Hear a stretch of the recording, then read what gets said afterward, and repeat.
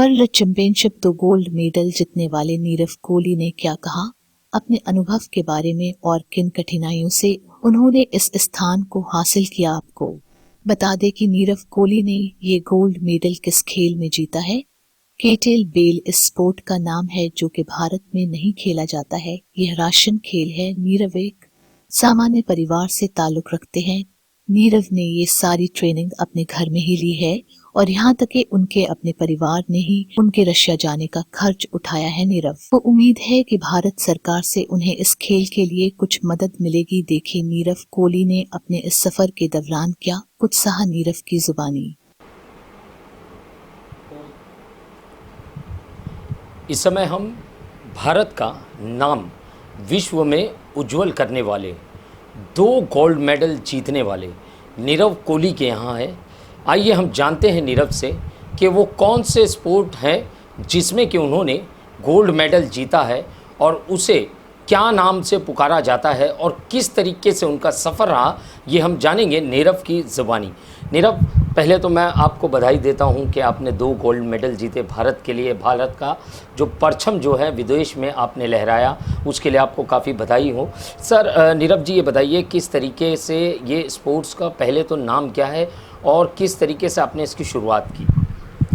ये स्पोर्ट्स को kettlebell sports कहते हैं जी।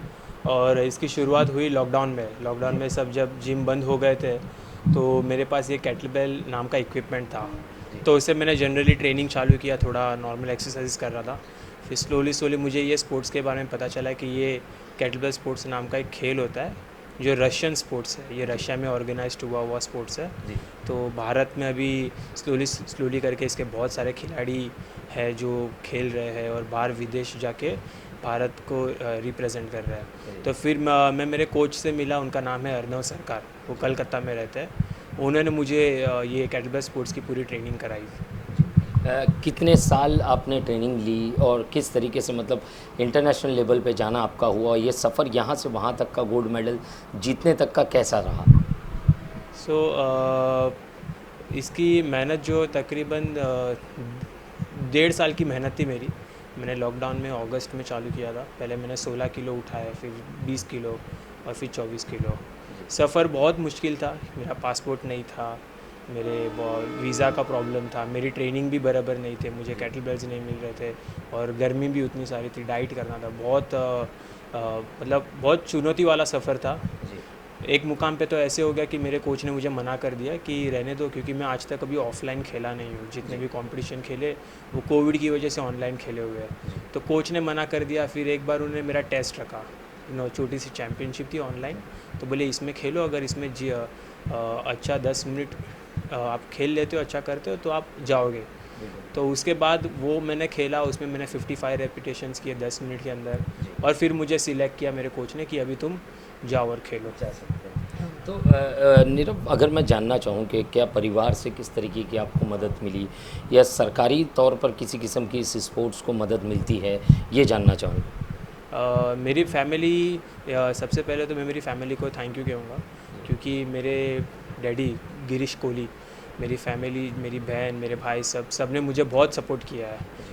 मेरी सिस्टर ने मेरा डाइट का ध्यान रखा है। मेरे पिताजी ने मुझे हमेशा मतलब फ्री रखा है। टाइम से मुझे हमेशा फ़ोन करते, मेरा ख्याल पूछते रहते थे, खाना खाया, ये किया, मोटिवेटेड करते रहते थे कि क्या कर रहे हो क्या नहीं। ट्रेनिंग में वो भी केटलबेल ट्रेनिंग करते तो मुझे भी अच्छा लगता है, तो वो मुझे मोटिवेट करते थे। फैमिली का बहुत सपोर्ट रहा है। बात रही सरकार की, तो ऐसे है कि स्पोर्ट्स जैसे कि भारत में इतना पॉपुलर नहीं है, इसलिए कोई ऐसे सपोर्ट नहीं मिलता है हमें सरकार की तरफ से। मे भी आगे फ्यूचर में मिले तो पता नहीं। नीरव, आप एक मिडिल क्लास परिवार से आते हो, तो परिवार, मिडिल क्लास परिवार मतलब अपने आप का खर्च ही चलाना काफ़ी मुश्किल होता है मिडिल क्लास परिवार को, और ऐसे परिवार से आपने इतना स्ट्रगल कर आज जो है भारत को गोल्ड मेडल लाना बोले तो काफ़ी बड़ी बात अपने आप में मानी जाती है।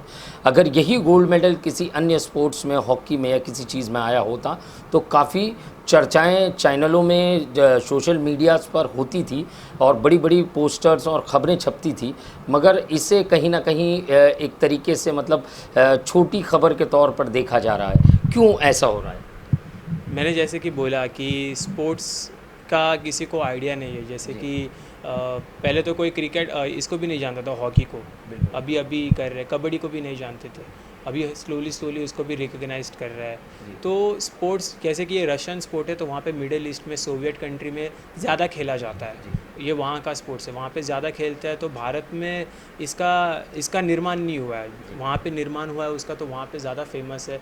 पर अभी भारत में फेमस हो रहा है, स्लोली सब पार्टिसिपेट कर रहे हैं। तो मुझे ये आशा है कि आगे जाके हमें कुछ ना कुछ छोटा मोटा सपोर्ट मिले, जिससे स्पोर्ट्स भी हमारा ग्रो हो। और हम ये चाहते हैं कि मेरे साथ कोई यूथ ज्वाइन हो और ये स्पोर्ट्स को आगे बढ़ाए, क्योंकि जितने लोग हमारे साथ जुड़ेंगे ये स्पोर्ट्स में, उतना ही स्पोर्ट्स फेमस होगा। बिल्कुल नीरव, जिस तरीके से आपने कहा आप चाहते हैं कि और भी लोग इस स्पोर्ट्स से जुड़ें, नीरव मैं जानना चाहूँगा कि ट्रेनिंग इसकी किस तरीके से होती है और कहाँ होती है और कौन ट्रेनिंग देता है? क्या आप भी इस संदर्भ में अगर कोई युवा आपसे जुड़ना चाहते हो, किस तरीके से जुड़ सकते हैं? पहले तो मैं भी एक फ़िटनेस प्रोफेशनल हूँ, मैं पर्सनल ट्रेनर हूँ। तो इसकी ट्रेनिंग जो रहती है, मैं हफ्ते के 3 दिन करता हूँ और हफ्ते के 2 दिन मैं रनिंग करता हूँ। तो 5 दिन की ट्रेनिंग होती है, उसके साथ साथ मेरा खाना पीना प्रॉपर डाइट रहती है, और उसके साथ मेरी रिकवरी, मेरी नींद, मेरे सप्लीमेंट्स, वो सब प्रॉपर होने चाहिए। तो और इसके जो कोच है, जो मेरे कोच है, उनका नाम अर्नव सरकार है, वो कलकत्ता में रहते हैं, तो वो मुझे सिखाते हैं। हाँ, अगर कोई युवान, कोई भारत से या कोई भी मुंबई से जो मुझे बोले कि सर आपसे सीखना है, तो मैं भी उनको सिखाऊंगा कि कैसे क्या इसकी ट्रेनिंग होती है। इसमें ज़रूरी नहीं है कि आपको एक बड़ा सा जिम चाहिए, लग्जरियस जिम चाहिए बड़ा सा, आपको चाहिए सिर्फ एक केटलबेल चाहिए आपको, जो आपको ख़रीदने पड़ेंगे। आप इसकी तैयारी घर पे ही कर सकते हो, और ये इक्विपमेंट ऐसा है कि इतना सारा जगह नहीं लेता है। मैंने पूरे मेरे केटलबेल वर्ल्ड चैम्पियनशिप की तैयारी घर पे ही की है। सो इसके केटलबेल्स खरीदने पड़ते हैं, आप और प्रोग्रेस करते हो तो शूज़ खरीदने पड़ते हैं, उसके बेल्ट खरीदने पड़ते हैं। वैसे इसके छोटे छोटे इन्वेस्टमेंट है, जो एक बार आप करोगे तो लाइफ टाइम रहता है। तो इसका ट्रेनिंग ऐसे नहीं कि आप ये स्पोर्ट्स में आपके लिंग का, आपके उम्र का ख्याल बिना रखे ही आप ज्वाइन कर सकते हो। आप फीमेल हो मेल हो, वो फ़र्क नहीं पड़ता है। आपको आपकी उम्र 50 साल के ऊपर है या आप 20 साल के अंदर, वो फ़र्क नहीं पड़ता है। आप कौन सी भी उम्र में ये स्पोर्ट्स में आ सकते हो और कहाँ पे भी आप इसको प्रैक्टिस कर सकते हो। नीरव, अगर मैं ये जानना चाहूँ आने वाले फ्यूचर में कि आपने क्या कुछ प्लान कर रखा है इस स्पोर्ट्स को लेकर, और क्या कुछ आपने आने वाले समय में आप क्या कुछ करने वाले हो, क्या कुछ सोच है आपकी, वो बताइए। तो अभी मेरे को आके 3 हफ्ते हो गए और मैंने मेरी ट्रेनिंग चालू कर दी है। ये मेरा 2nd वीक ख़त्म हुआ, 3rd वीक चालू हो गया। तो हमारे कोच ने हमारे लिए और एक प्लान बना के रखा है, हम दूसरी चैम्पियनशिप खेलने वाले हैं। उन्होंने हमें बताया नहीं वो कौन सी है चैम्पियनशिप, बट उन्होंने बोल दिया है कि आप दूसरी चैम्पियनशिप की तैयारी में अभी जुट जाइए। जैसे कि यहाँ पे ग्रीस में मैंने 66 रेप्स किए थे, तो उन्होंने मुझे एक इंडिकेशन दे दिया कि यहाँ पे उससे ज़्यादा करना है तुमको, तो ज़्यादा दबा के मेहनत करनी है, यहाँ पे ज़्यादा एफर्ट लगाने है। बात रही है स्पोर्ट्स में आगे बढ़ने की, तो अभी मैंने 24 किलो उठाए थे, 24 किलो के केटलबेल उठाए थे, जो आपका टोटल वज़न होता है केटलबेल का 48 किलो। तो वो मैंने 10 मिनट के लिए क्लीन एंड जर्क किया था। अभी फ्यूचर में मेरा ये गोल है, आने वाले 3-4 साल में मैं, जैसे कि ये 24 किलो तो एमेचर कैटेगरी था, बिगनर कैटेगरी। अगर आपको वर्ल्ड चैम्पियनशिप में पार्टिसिपेट करना है तो आपको 24 किलो उठाना ज़रूरी है। तो अभी आने वाले 3-4 साल में मेरा ये गोल है कि मैं 32 किलो एक हाथ में उठाऊँ, जिसका वो 64 kg टोटल होता है, वो आपका प्रो कैटेगरी में आता है। और वो पूरे भारत में मेरे ही कोच ऐसे हैं जिन्होंने वो 32 किलो उठाया है और 10 मिनट खेले भी है। ऐसे बहुत सारे लोग हैं जिन्होंने 32 किलो उठाया है, बट वो 10 मिनट खेल नहीं पाए। इसमें ये गेम में क्या रहता है, आपको 10 मिनट खेलना ज़रूरी है। आप 10 मिनट खेलोगे तो आप जीतोगे, वरना उठाने के लिए तो आप उठा भी लोगे। तो मेरा आने वाले यही है कि जैसे कि अभी मैंने ये 66 रेप्स किया 24 किलो से, और मैंने एक CMS रैंक अचीव किया, उसको कहते हैं कैंडिडेट मास्टर ऑफ स्पोर्ट, जो पूरे भारत में मैं सबसे यंगेस्ट एज में पहला एथलीट बना, कि पहले ही ऑफलाइन कंपटीशन में मैंने CMS रैंक अचीव किया। तो आने वाले 3-4 साल में मेरा ये गोल है कि मैं 32 किलो उठाऊँ और MS रैंक को अचीव करूँ, उसको कहते हैं मास्टर ऑफ स्पोर्ट, जो सबसे टॉप लेवल का रैंक है ये स्पोर्ट्स में। नीरव, मैं आपके मेडल्स देखना चाहूँगा, कुछ सर्टिफिकेट आपको मिले हैं, वो दर्शकों को बताइए कि किस तरीके का सर्टिफिकेट और क्या क्या मिला है आपको। तो ये मेरे पहले इवेंट का सर्टिफिकेट है, डबल केटलबेल लॉन्ग साइकिल, जिसमें एक हाथ में मेरे 24 किलो था ये मैंने 10 मिनट के लिए खेला और मुझे उसमें रैंक मिला CMS, candidate master of sports.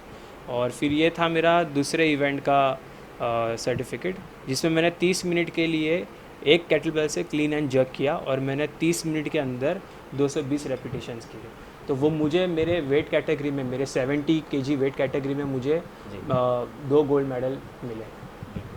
और हम मनोकामना करते हैं कि आगे आप और बढ़ें और भी लोग आपके स्पोर्ट्स से जुड़ें। जैसे कि आपने सुना, ये थे नीरव, जो कि गोल्ड मेडल इन्होंने भारत के लिए जीता है। ये भारत के लिए अपने आप में एक गर्व की बात है कि एक भारतीय किसी अन्य स्टेट में जाकर, किसी अन्य कंट्री में जाकर जो है भारत का नाम रोशन करता है, वहाँ से गोल्ड मेडल जीत कर आता है, भारत का झंडा वहाँ फहरा कर आता है। तो हम चाहेंगे कि भारत का खेल मंत्रालय जो है वो इस स्पोर्ट्स की तरफ भी ध्यान दे और इन्हें जिस तरीके की मदद की आवश्यकता है वैसी मदद जो है इन तक पहुँचाई जाए, ताकि ये भी अपने भारत का नाम विदेशों में रोशन करें और नीरव जैसे और नौजवान इस खेल की तरफ मुड़ें और उनका भी इससे रुझान बढ़े और वो भी भारत के लिए कुछ अच्छा करने की हिम्मत करें। और जिस तरीके से नीरव ने कहा कि काफ़ी तकलीफ़ों से उन्होंने इस ट्रेनिंग को हासिल की, मैं आपको बताना चाहूँगा, नीरव एक सामान्यतः मिडिल क्लास परिवार से बिलोंग करते हैं। कोई इनका परिवार जो हाईफाई नहीं है। ये बड़ी तकलीफ़ों से इन्होंने ये ट्रेनिंग अपने घर में हासिल की और उसके बाद में बड़ी मशक्क़तों से ये विदेश तक पहुँचे और वहाँ से भारत के लिए 2 गोल्ड मेडल इन्होंने जीत कर लाया। जैसे कि मैंने कहा कि अन्य किसी खेलों में अगर ये गोल्ड मेडल जीता होता तो बड़ी खबर बन जाती और बड़े बड़े चैनल्स जो है इन्हें बुलाते अपने टॉक शो में, मगर इसे कहीं ना कहीं नज़रअंदाज किया गया क्योंकि ये खेल भारत में इतना प्रचलित नहीं है। मगर हमारे न्यूज़ के माध्यम से ये न्यूज़ जिस समय वायरल होगा तो हम आशंका करते हैं, हम ऐसी आशा जताते हैं कि जनता और जो मंत्रीगण हैं वो इन्हें बुलाएं और इन्हें सराहें और इनको जो है जिस तरीके की मदद इस खेल के लिए सरकार इन्हें मुहैया करवा सकती है वो करवाए। कैमरामैन साटविलकर के साथ सईद शेख की report, the daily India news, Mumbai. ऐसी ही कई अन्य खबरों के लिए देखते रहिए द डेली इंडिया न्यूज़ और हमारे चैनल को सब्सक्राइब जरूर करें ताकि हम आपसे हमेशा जुड़े रहे। मुंबई से द डेली इंडिया न्यूज़ की रिपोर्ट।